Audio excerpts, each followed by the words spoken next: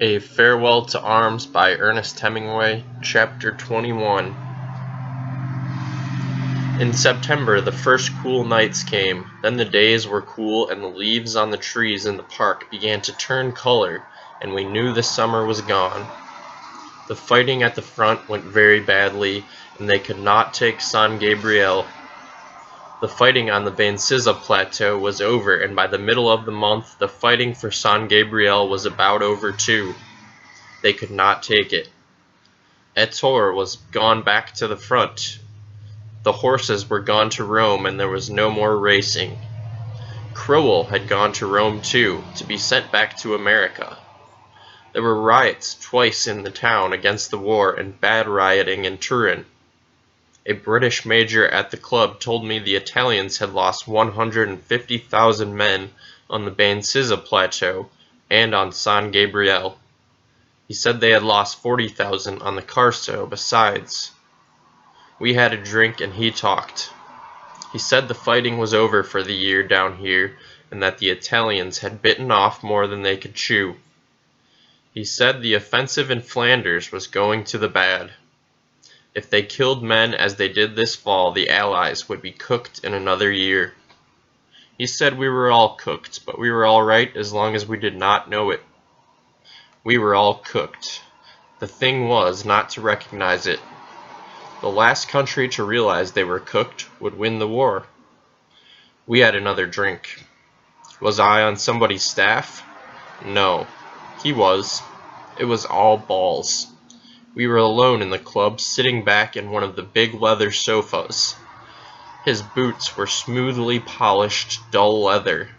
They were beautiful boots. He said it was all balls. They thought only in divisions and manpower. They all squabbled about divisions and only killed them when they got them. They were all cooked. The Germans won the victories. By God, they were soldiers. The old Hun was a soldier, but they were cooked too. We were all cooked. I asked about Russia. He said they were cooked already. I'd soon see they were cooked. Then the Austrians were cooked too. If they got some Hun divisions, they could do it. Did he think they would attack this fall? Of course they would. The Italians were cooked. Everybody knew they were cooked. The old Hun would come down through the Trentino and cut the railway at Vicenza, and then where would the Italians be?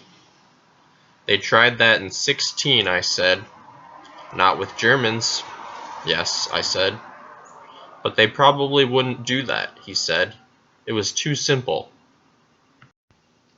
They'd try something complicated and get royally cooked.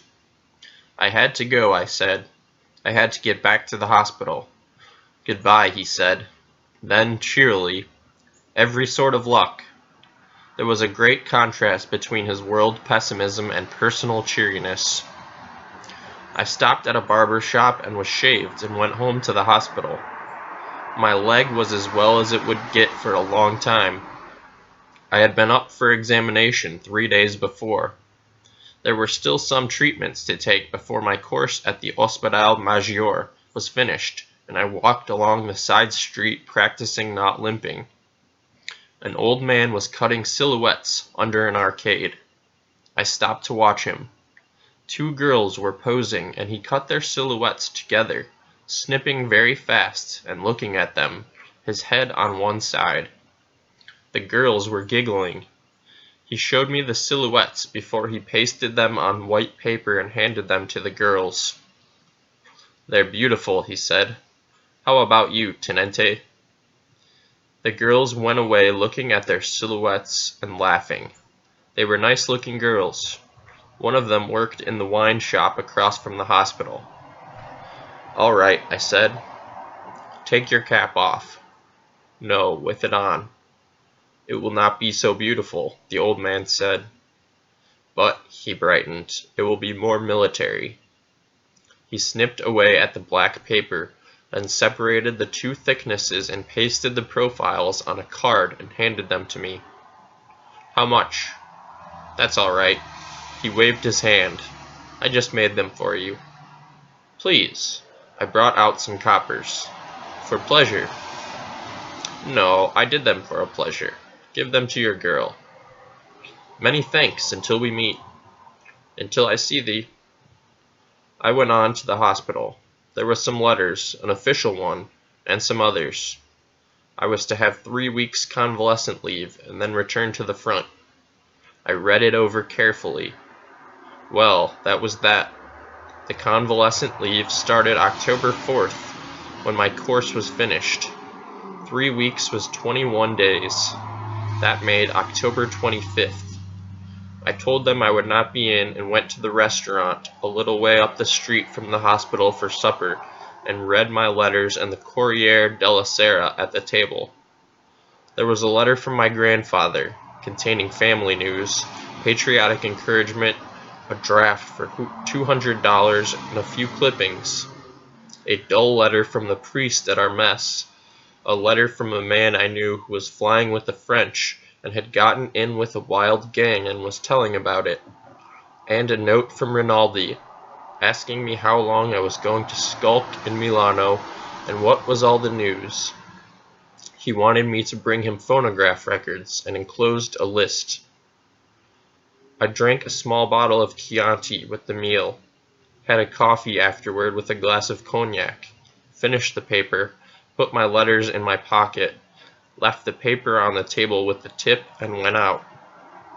In my room at the hospital I undressed, put on pajamas and a dressing gown, pulled down the curtains on the door that opened onto the balcony, and sitting up in bed read Boston papers from a pile Mrs. Myers had left for her boys at the hospital.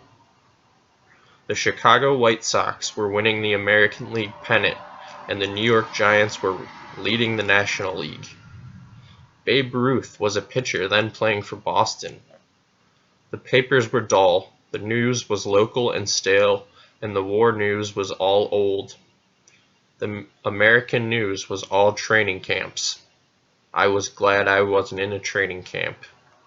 The baseball news was all I could read, and I did not have the slightest interest in it. A number of papers together made it impossible to read with interest. It was not very timely, but I read at it for a while. I wondered if America really got into the war, if they would close down the major leagues. They probably wouldn't. There was still racing in Milan, and the war could not be much worse. They had stopped racing in France.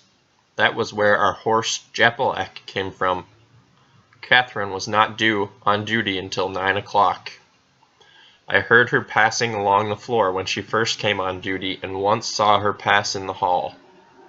She went to several other rooms, and finally came into mine. "I'm late, darling," she said. "There was a lot to do. How are you?" I told her about my papers and the leave. "That's lovely," she said. "Where do you want to go now?" "Nowhere. I want to stay here." "That's silly. You pick a place to go and I'll come too." "How will you work it?" "I don't know, but I will." "You're pretty wonderful." "No, I'm not. But life isn't hard to manage when you've nothing to lose." "How do you mean?" "Nothing. I was only thinking how small obstacles seemed that once were so big." "I should think it might be hard to manage." "No, it won't, darling. If necessary, I'll simply leave.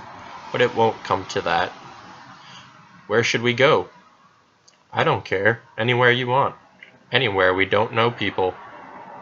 "Don't you care where we go?" "No, I'll like any place." She seemed upset and taut. "What's the matter, Catherine?" "Nothing. Nothing's the matter." "Yes, there is." "No, nothing. Really nothing." "I know there is. Tell me, darling. You can tell me." "It's nothing." "Tell me." "I don't want to. I'm afraid I'll make you unhappy or worry you." "No, it won't." "You're sure?" "It doesn't worry me, but I'm afraid to worry you." "It won't if it doesn't worry you." "I don't want to tell." "Tell it." "Do I have to?" "Yes." "I'm going to have a baby, darling. It's almost 3 months along." You're not worried, are you? Please, please don't. You mustn't worry. All right. Is it all right? Of course. I did everything. I took everything, but it didn't make any difference. I'm not worried. I couldn't help it, darling, and I haven't worried about it. You mustn't worry or feel badly. I only worry about you. That's it. That's what you mustn't do. People have babies all the time. Everybody has babies. It's a natural thing. You're pretty wonderful. No, I'm not. But you mustn't mind, darling. I'll try and not make trouble for you. I know I've made trouble now. But haven't I been a good girl until now? You never knew it, did you? No. It will all be like that. You simply mustn't worry. I can see you're worrying. Stop it. Stop it right away. Wouldn't you like a drink, darling? I know a drink always makes you feel cheerful. No, I feel cheerful. And you're pretty wonderful. No, I'm not. But I'll fix everything to be together if you pick out a place for us to go. It ought to be lovely in October. We'll have a lovely time, darling, and I'll write you every day while you're at the front. Where will you be? I don't know yet, but somewhere splendid. I'll look after all that. We were quiet a while and did not talk. Catherine was sitting on the bed and I was looking at her, but we did not touch each other. We were apart as when someone comes into a room and people are self-conscious. She put out her hand and took mine. You aren't angry, are you, darling? No. And you don't feel trapped? Maybe a little, but not by you. I didn't mean by me. You mustn't be stupid. I meant trapped at all. You always feel trapped biologically. She went away a long way without stirring or removing her hand. Always isn't a pretty word. I'm sorry. It's all right, but you see, I've never had a baby, and I've never even loved anyone, and I've tried to be the way you wanted it, and then you talk about always. I could cut off my own tongue, I offered. Oh, darling, she came back from wherever she had been. You mustn't mind me. We were both together again, and the self-consciousness was gone. You really are the same one, and we mustn't misunderstand on purpose. We won't. But people do. They love each other, and they misunderstand on purpose, and they fight, and then suddenly they aren't the same one. We won't fight. We mustn't, because there's only us two, and in the world, there's all the rest of them. If anything comes between us, we're gone, and then they have us.